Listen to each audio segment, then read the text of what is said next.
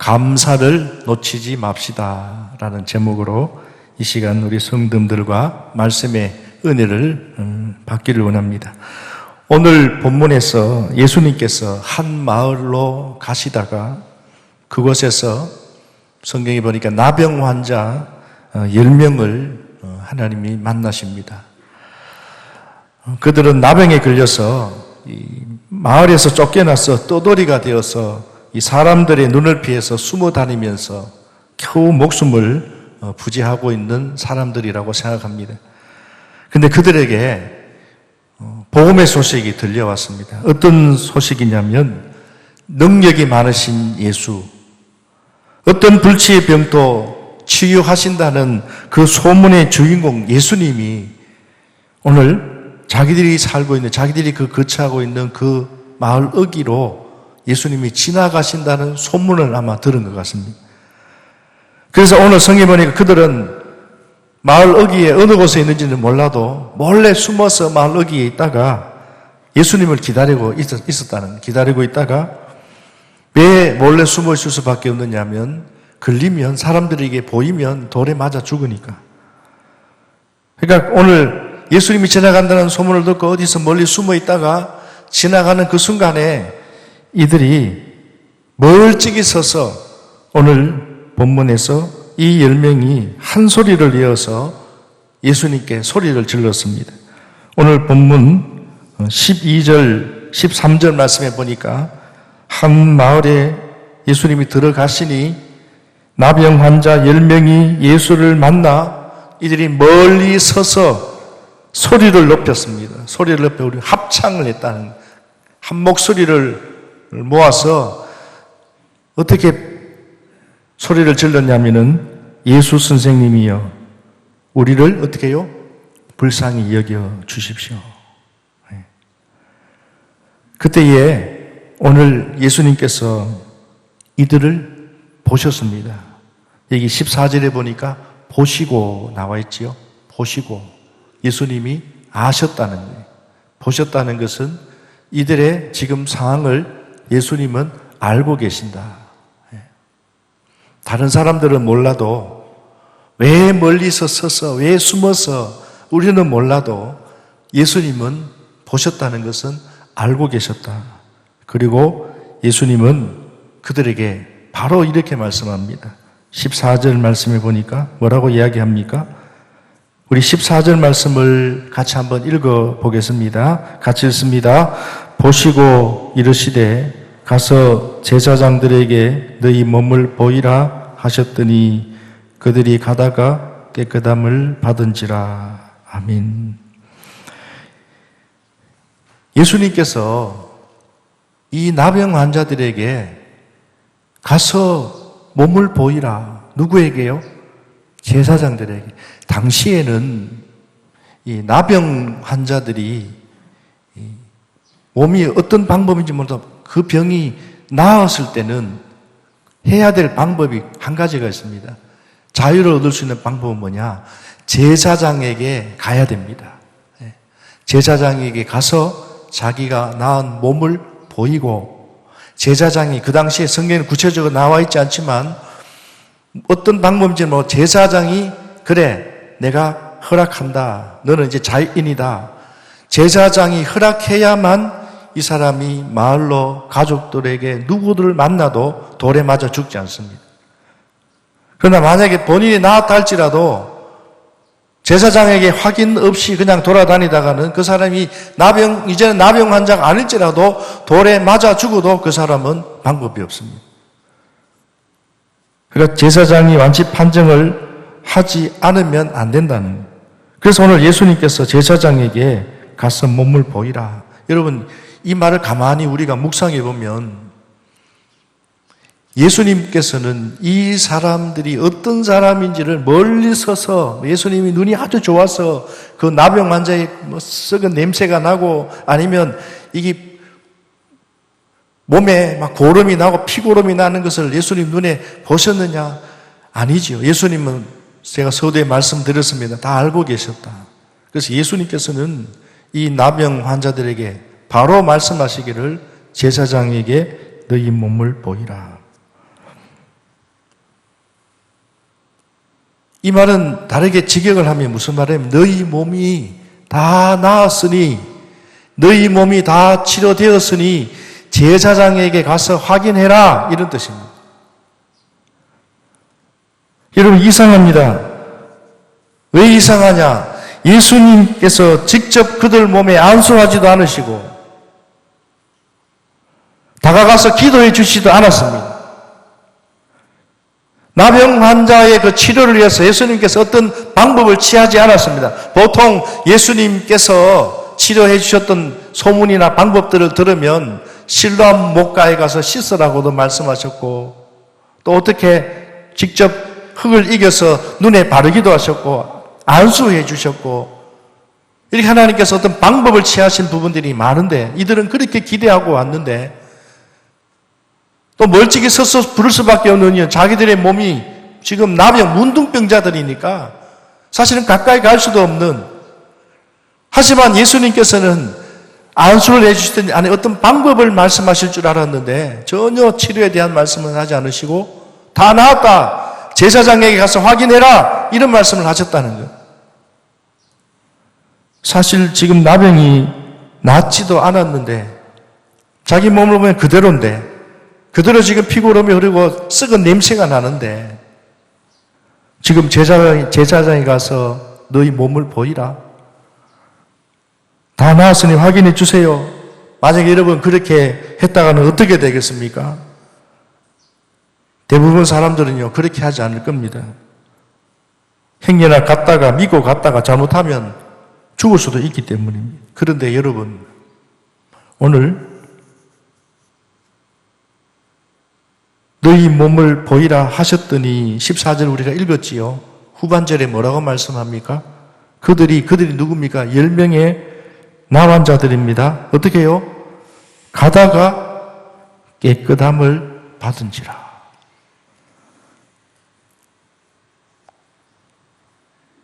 가는 도중에 나병이 낫고 살이 깨끗해졌다는 뜻입니다. 여러분, 대단하지 않습니까?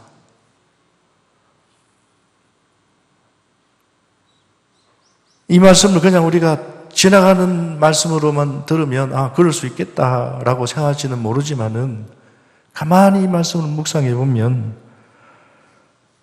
행여나 믿고 갔다가 잘못되면 또 지금 그들의 몸은 여전히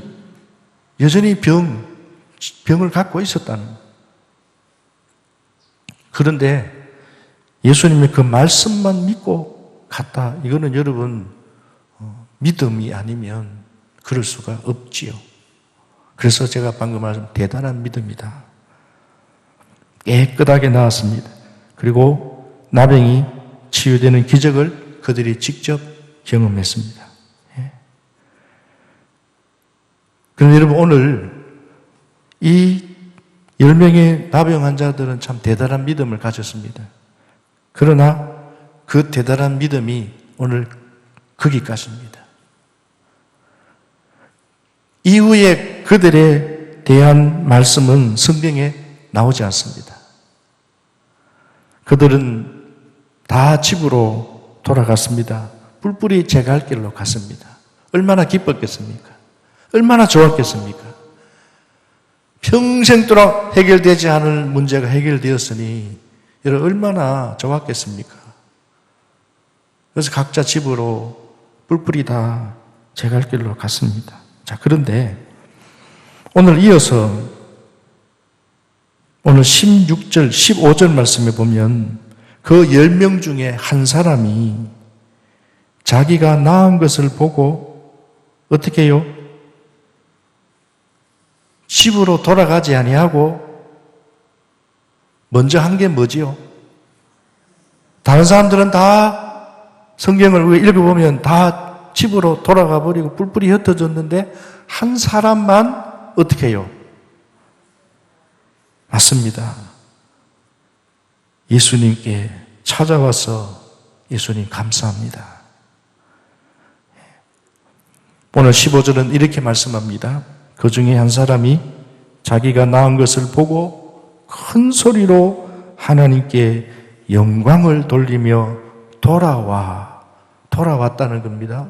그리고 16절 말씀 우리 같이 한번 읽어보겠습니다. 16절입니다. 예수의 발 아래에 엎드려 감사하니 그는 사마리아 사람이라.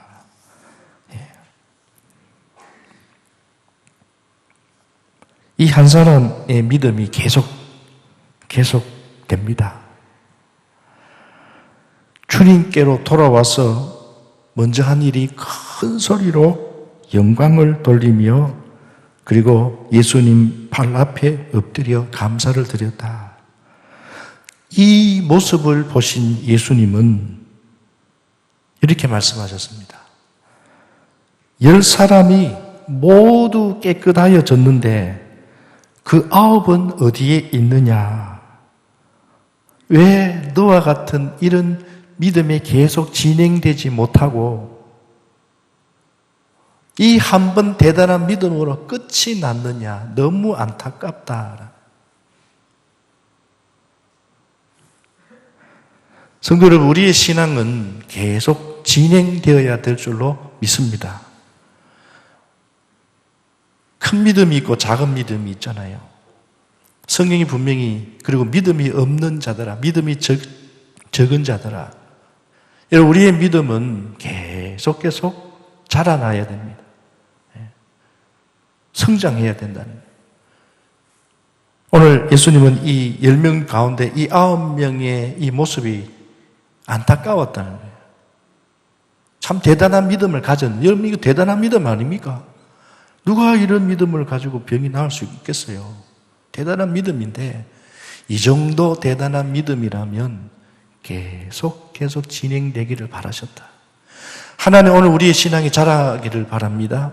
오늘 여러분의 신앙이 성장되기를 더욱더 기대하십니다. 신앙은요 나이에 관계없습니다. 세상은 나이에 관계됩니다. 왜냐하면 나이가 들면 하고자 해도 할 수가 없는 일이 많아요. 은퇴를 해야 되고요. 몸도 예전 같지가 않고요. 생각도 예전처럼 진취적이지 못하고요. 그러나 여러분 신앙은 믿음은 그렇지 않습니다. 우리가 잘 아는 모세를 보십시오. 여호수아와 갈렙을 보십시오. 다 늙은 나이에 우리로 말하면 노년에.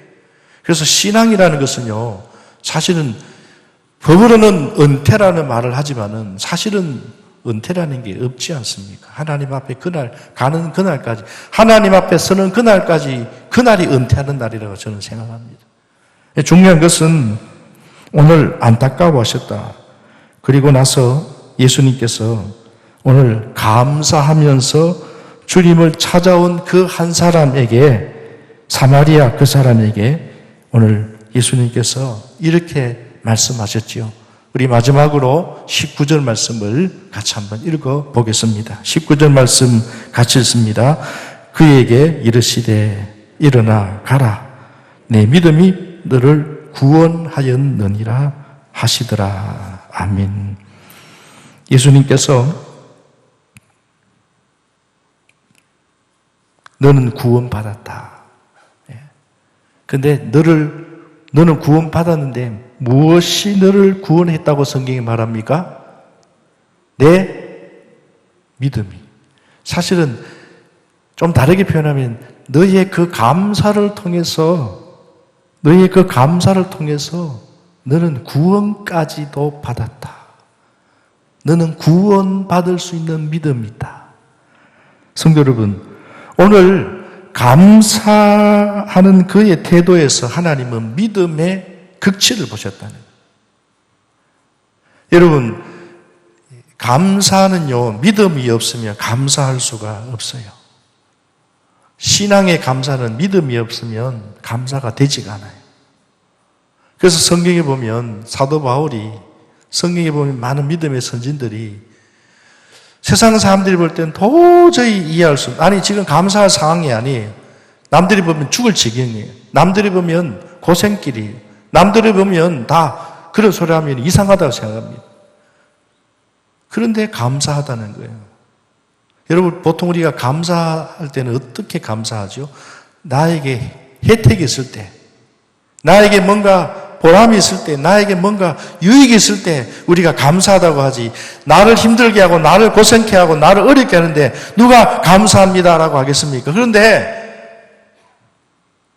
성경에 보면 믿음의 선진들을 보면, 믿음의 영웅들을 보면 그렇지가 않더라. 물론 유익이 되고 때로는 은혜가 되어서 하나님 앞에 감사를 드리기도 하지만은 그렇지만 않더라. 근데 오늘 이 10명의 나환자들은 정말로 하나님 앞에 누가 뭐 해도 우리는 감사할 수밖에 없는 상황. 근데 오늘 이 한 사람, 사마리아 사람은 주님을 찾아와서 주님 감사합니다.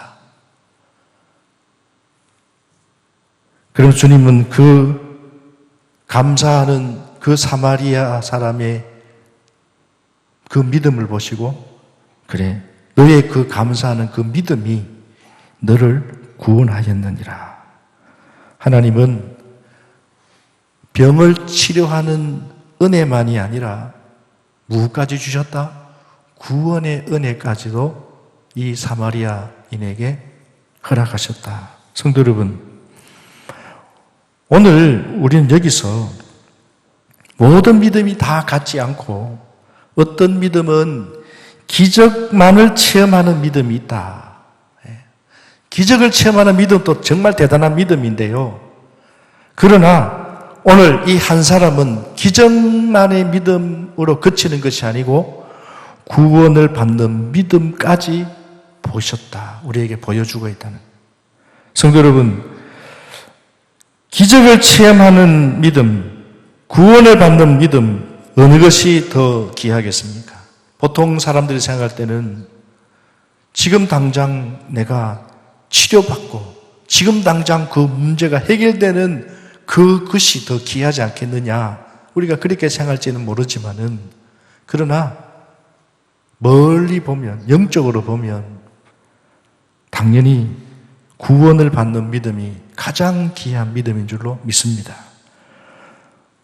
오늘 본문 9명의 나환 자들은 나병에서 낫는 기적을 체험했지만은 구원을 받지 못했다. 그래서 주님이 안타까워하셨다. 그것으로 끝이다. 그러나 오늘 감사로 믿음을 보인 이 사마리아 이 한 사람에게 주님은 구원을 약속하셨다. 너의 믿음이 구원을 얻었다. 그렇습니다. 여러분, 감사하지 않는 믿음은 미완성이다. 그래서 여러분, 감사주일만 우리가 감사의 말씀을 드리는 것이 아니고, 또 우리가 감사해야 될 것이 아니라 우리는 매 순간순간마다 하나님 앞에 감사를 드려야 된다. 중요한 것은 그 감사가 우리에게 더 귀한 은혜를 주시더라라는 거예요. 우리는 하나님 앞에 감사하는 것이 마땅함에도 불구하고 그 감사를 하나님 앞에 표현하면, 하나님 앞에 진심을 다하여서 또 감사를 드리면 하나님은 또 우리에게 귀한 것을 더하여 주시는 분이심을 오늘 성경은 우리에게 말씀하고 있습니다. 성도 여러분, 우리 믿음이 아름답게 열매를 맺기 위해서는 은혜를 당연히 여기지 말고 받은 은혜에 대해서 우리는 감사를 어떻게 해요? 우리 한번 다 같이 따라서 하겠습니다. 감사를 표현해야 합니다. 우리가 아쉬울 때만 큰 소리로 하나님, 내가 지금 이런 어려움이 있습니다. 하나님 도와주세요. 살려주세요.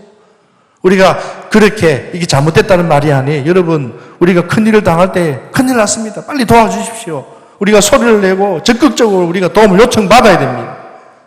119를 빨리 불러야 됩니다. 급하기 때문에. 그건 당연한 겁니다. 하지만 그때만이 아니라 우리가 그로 인하여 나음을 받고, 그로 인하여 우리가 은혜를 받고, 그로 인하여 응답되었을 때에 더 큰 소리로 하나님 앞에 감사를 표현해야 한다라는 뜻입니다. 우리 믿음의 선배들이 늘 하던 말이 있습니다. 감사를 적극 표현하는 신앙이 진짜 신앙이다. 감사를 숨기라는 말이, 드러내라는, 자랑하라는 말이라는 것보다는 감사를 어떻게 해요? 진짜 감사, 신앙은 감사를 적극 표현하는 것이다. 성도 여러분, 우리가 하나님께 감사를 표현하는 방법은 여러 가지가 있습니다. 우리가 잘 아는 마리아라는 여인은 주님으로부터 받은 그 은혜가 너무 감사해서, 여러분 잘 아시죠? 향유 옥합 300데나리나 되는 그 향유 옥합을 그 자리에서 깨어서 예수님 머리에 부었어요. 이것은 다르게 표현하면 이 여인이 최고로 하나님 앞에 감사의 표현은 물질 감사입니다. 선물로, 우리가 때로는 누구에게 감사를 표현할 때 선물로도 표현하잖아요. 마찬가지입니다. 우리가 하나님 앞에, 예수님 앞에 방금 이 마리아라는 여인은 향유옥합을 깨뜨렸어요. 그것도 이 여인 형편에는 너무 큰 액수죠. 300데나리온이나 되는 그 향유 한 옥합을 그 자리에서 깨워서 예수님 앞에 드렸다. 또 우리가 잘 아는 예수님이 한 번은 병을 치료해 주셨잖아요. 병을 치료하고 난 이후에 이 환자가 치료가 되고 나니까 그 은혜가 너무 귀하고 감사해서 예수님께 뭐라고 이야기합니까? 주님, 저는 집으로 돌아가지 아니하고 주님을 따라다니는 제자들처럼 저도 한 제자로 저를 사용해 주십시오. 이 말은 헌신하겠다는 거예요. 하나님 앞에 너무 감사해서, 그래서 선교사로, 때로는 목회자로, 때로는 우리가 직분자로 우리가 헌신하는 이유가 뭡니까? 은혜에 너무 감사해서. 오늘도 우리가 하나님 앞에 받은 은혜에 감사해서 우리가 감사의 방법은 여러 가지가 있습니다. 근데 오늘 이 사마리아 이 한 사람은 예수님 앞에 어떤 감사를 드렸습니까? 오늘 성경에 보니까 큰 소리로 하나님께 영광을 돌렸다. 그리고 돌아와서 예수님의 발 앞에 엎드려 감사를 드렸다. 이 말은 무슨 말입니까? 큰 소리로 하나님 앞에 영광을 돌렸다는 말은, 예수님, 저는 나병 환자였습니다. 그런데 예수님께서 이렇게 말씀하셔서 이 말씀대로 순종했더니 제 병이 다 나았습니다. 너무너무 감사합니다. 주님 감사합니다. 하나님 앞에 영광을 돌렸다. 입술로의 고백입니다. 우리가 찬송을 부르지요.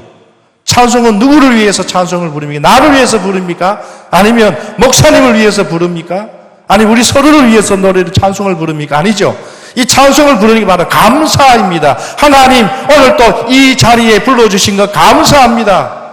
그 감사의 찬양을 하나님 앞에 입술에 고백을 올리는 것. 그래서 우리가 찬송을 부를 때 그냥 부르는 것이 아닙니다. 감사의 은혜가 우리 안에 우러나야 되지요. 또 우리가 기도하지요. 또 우리가 오늘 예배를 드리죠. 여기는 다 여러 가지가 복합적으로 감사가 마치 음식의 재료 가운데 소금도 들어가고 고춧가루도 들어가는 것처럼 이 감사가 오늘 우리 예배 가운데 들어가야 하는 것입니다. 큰 소리로 입술에 고백을 했고, 그리고 예수님의 발 아래 어떻게 했다고요? 엎드렸다. 엎드렸다는 말은 뭘까요? 경배했다. 예배드렸다. 성도 여러분, 오늘 우리가 드리는 이 예배는 하나님 앞에 엎드리는 마음을 가져야 합니다. 오늘 이 예배의 주인은 누구라고요? 목사도 아니고요. 오늘 어느 당사자인 나도 아니고요. 여러분도 아니고요. 우리는 주님의 발 앞에 엎드려. 예, 엎드린다는 말은 뭘까요? 너무너무 고마웠어.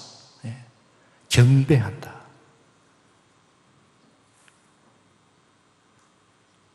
예배한다. 근데 여러분, 예수님은 이 사마리아인의 이 마음과 이 행함을 주님은 진심으로 또 진심이었고 주님은 이것을 보셨다는 거예요. 그리고 예수님은 그 감사하는 것, 감사하는 게 마땅함에도 불구하고 예수님은 어떻게 해요? 칭찬해 주셨습니다. 또 감사하는 자에게 오늘 은혜와 은총을 축복을 해 주셨습니다. 향료컵을 깨뜨린 여인에게는 어떻게 이야기합니까? 이 여인의 행한 일을 어떻게 해요? 나누어라. 귀한 일을 했다. 또 제자가 되겠다고 했던 그 환자에게는 예수님께서 뭐라고 이야기했습니까? 나를 따라가자라고 주님 말씀하지 않으시고 너희 집에 가서 이 모든 일을 어떻게 해? 그대로 전하고 나와 따라가는 제자가 되기보다 삶 가운데 내 제자가 되라. 예수의 나의 삶을 본받아라. 복음의 빛을 소금의 역할을 감당하라. 주님이 그렇게 사명을 주셨습니다. 성도 여러분, 오늘 이 사마리아 사람이 돌아와서 감사하는 것을 보시고 그 감사에는 어떤 감사인지를 우리는 성경에 구체적으로 말하고 일단 입술의 감사와 함께 엎드려 예배하며 경배하며 물질로 아니면 헌신하는 마음으로 이 나병 환자는 하나님 앞에 감사를 드렸더니 하나님께서는 구원의 은혜까지 하나님 복으로 허락하셨다. 여러분, 이처럼 감사하면 하나님은 더하여 주신다. 우리 한번 다 같이 따라서 하겠습니다. 감사하면 더하여 주신다. 여러분, 우리가 하나님 앞에 이 나병 환자가 감사하는 거 여러분 당연하지요. 그런데요, 당연함에도 불구하고 감사할 때 하나님이 엄청난 구원의 복까지 허락하셨다면 좀 뒤집어 생각해 보면 지금 내 상황이 감사할 상황이 못 되고 형편이 너무 어려워지고 여러 가지로 지금 말로 세상 사람들이 볼 때는 남들이 볼 때는 무슨 감사할 상황이냐고 말할지는 몰라도 그러나 돌아보면 하나님의 은혜였습니다라고 감사한다면 더 귀한 것을 두시지 않겠느냐는 거예요. 지난해 코로나로 인해서 우리가 거의 예배를 많이 못 드렸습니다. 특히 우리 성도님들 가운데 제가 제일 걱정된 분들이 짝믿음 가정들, 또 믿음이 연약한 새가족들, 지금 또 새가족들이 교회를 많이 못 나오는 이유 중에 하나가 코로나로 인한 영향이 사실은 많습니다. 그래서 가끔 우리 교회 서신 외에도 우리 새가족들이나 짝믿음 가정에 영적인 상태가 걱정이 되어서 가끔 성경 말씀 짧은 클럼이나 이런 부분들을 문자로, 때로는 전화로 이렇게 올립니다. 근데 어떤 분들은 당연히 문자로 다 답장을 하라는 말은 아닙니다. 다 어떻게 합니까? 어떤 분들은 그런데 아멘, 감사합니다. 이렇게 간혹 짧은 답을 주는 분도 계십니다. 근데 한 번은 어떤 성도님 한 분이 장문의 문자를 저에게 보내면서 목사님 보내주신 짧은 묵상, 성경 구절 저에게 너무나 많은 위로와 힘이 됩니다. 너무 도움이 됩니다. 이렇게 제가 그 글을 보면서도 미안할 정도로 감사를 표현을 하는 글을 제가 보면서 아무 반응을 안 보여서는 저는 잘 몰랐는데 이렇게 감사의 반응을 보여주니까 제가 보람을 느끼고 또 내가 더 많이 신경을 써서 좀 힘드는 분들에게는 좀 위로의 글이 되었으면 좋겠구나. 그리고 또 한 가지 깨달은 것은 감사는 시너지 효과가 있구나 라는 것을 깨달았습니다. 제 이야기가 아니고요. 오늘 본문에 이 사마리아 한 사람이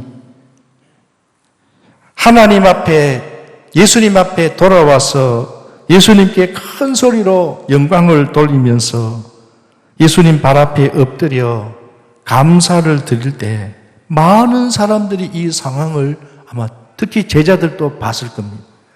이 상황을 본 많은 사람들이 그 한 사람을 통해서 예수님 나병도 고치는 능력 많은 메시아임을 더 확인시켜 주셨고, 또한 예수님께서도 이 한 사람의 감사를 통해서 사역의 보람과 기쁨을 맛보셨을 겁니다. 그리고 뿐만 아니라 그 감사를 표현한 그 한 사람도 더 성숙한 믿음으로 자라나고 주님을 바라보게 되었을 것입니다. 이처럼 우리의 감사는 선한 영향력을 준다는 겁니다. 말씀을 마칩니다. 제가 사역을 하다 보면 기도 요청을 종종 받습니다. 목사님, 저 가정에 또 저에게 이런 기도 제목이 있습니다. 좀 기도가 필요합니다. 기도를 요청하는 사람들이, 성도님들이 계십니다. 근데 여러분, 기도를 요청하지 말라는 말은 절대로 아닙니다. 오해하지 마십시오. 기도를 요청하는 분만 있고, 가끔은 그분들 가운데 응답되었다고 기도해 주셔서 감사하다고 제게 문자로, 때로는 짧은 간증이지만 이렇게 해서 목사님 응답받았습니다. 사실 그 감사의 말을 듣기 전에는 어떤 일이 일어났는지 저도 알지 못하고요. 어떤 경우에는 계속 그 문제를 가지고 기도할 때도 있습니다. 근데 이미 알고 보니까 그 문제가 응답받고 해결되었을 때도 있더라고요. 근데 어떤 분들이 짧은 간증이지만, 목사님, 이렇게 기도해 주셔서 감사합니다. 하나님께서 이 문제를 해결해 주셨습니다. 응답 받았습니다. 그때 제가 그 말을 들을 때, 물론 하나님이 하셨지만은 제 마음 가운데, 하나님 정말 감사합니다. 부족한 저의 기도를 또 하나님 들으시고, 가정에 그 문제가 해결되었으니 하나님 너무 감사합니다. 그리고 또 제 마음에 하나님 더 열심히 기도해야 되겠다, 이런 생각을 품게 되었습니다. 그리고 때로는 기도 응답을 받고 그 문제가 해결되었을 때에, 감사를 표현했을 때에 그 기도 응답으로 인한 감사를 때로는 듣는 분들도, 정말 하나님이 계시는구나. 이 성도님은 이렇게 기도했더니 이런 응답을 받았구나.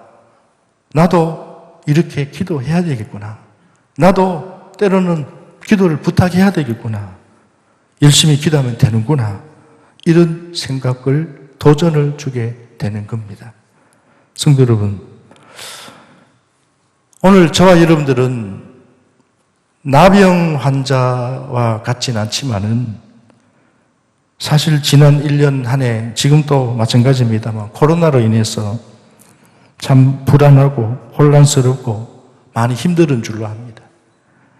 하지만 오늘 또 여기까지 건강하게,平安하게 잘 왔다라는 겁니다.